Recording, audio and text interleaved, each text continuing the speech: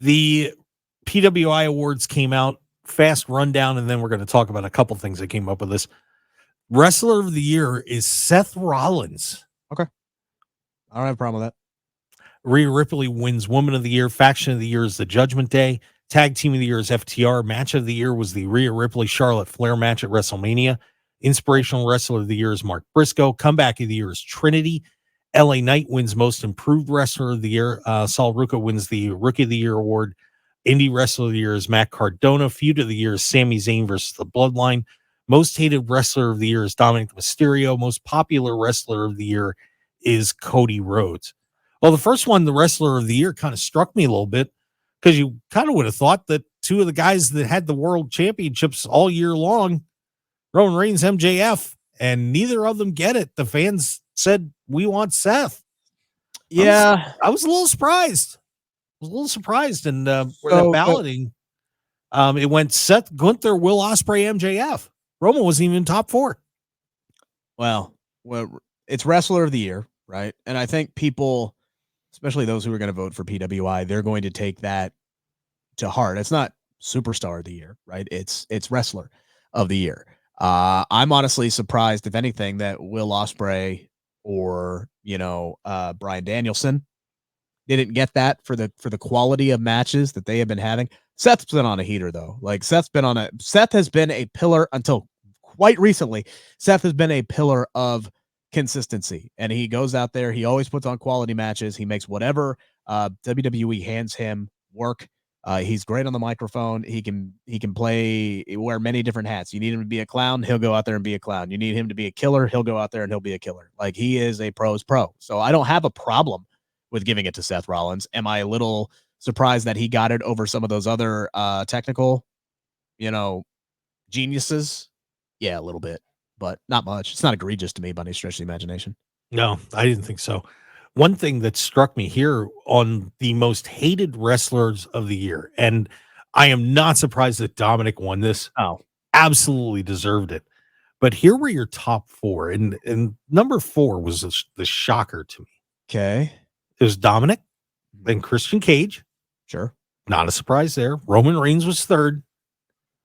Number 4 was CM Punk.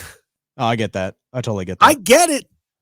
But I was surprised to see him finishing in the top 4 of the balloting. The only reason he didn't win that category is because the other 50% of wrestling fans love him. Like, it's literally, there are no, like, very rarely will you find somebody who is a wrestling fan or a wrestling analyst or this, that, or the other thing. Anybody who is in the professional wrestling world deep, there's nobody that's indifferent to CM Punk. No. You either love him or you hate him. But either way, you are invested in him. And he has so many fans. That's why he didn't win that category. But he also has so many people who want to see him get hit by a bus. So I get that. Yeah. Was there anything else in there that you thought you were a little surprised about? Match of the year or anything like that? Match of the year, yeah.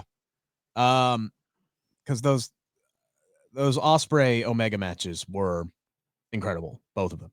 They were absolutely, I hate this term, 5-star classics, right? They were 6-7-star classics. They were great.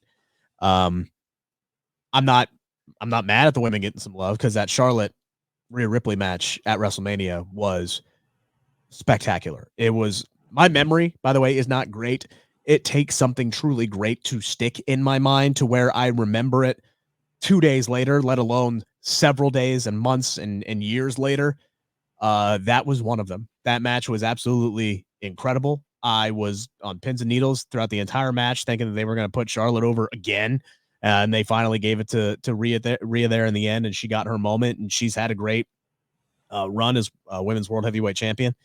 But I'm a little surprised that match won out over Omega and Ospreay, because that's the match, either 1 or 2, that's been sweeping all the awards. So I was a little surprised there, but I ain't mad at it. No, I'm not either. The Danielson Zack Sabre match was one that I remember pretty well too. That was a pretty awesome match too. But honestly, I wouldn't even say that. and this is just personal preference. And just real quick, over 10 seconds. Yeah, I wouldn't even say Rhea and Charlotte was my favorite women's match of the year. My favorite women's match of the year was Becky and Trish inside a steel cage. Yeah, that was a really good one too. Rick, I got to thank you for stepping in. I'll tell you what, I could do this with you for 10 hours. I'm for hire. But we I can be bought. Oh, we'll work on that, buddy. We'll work on it. All right. But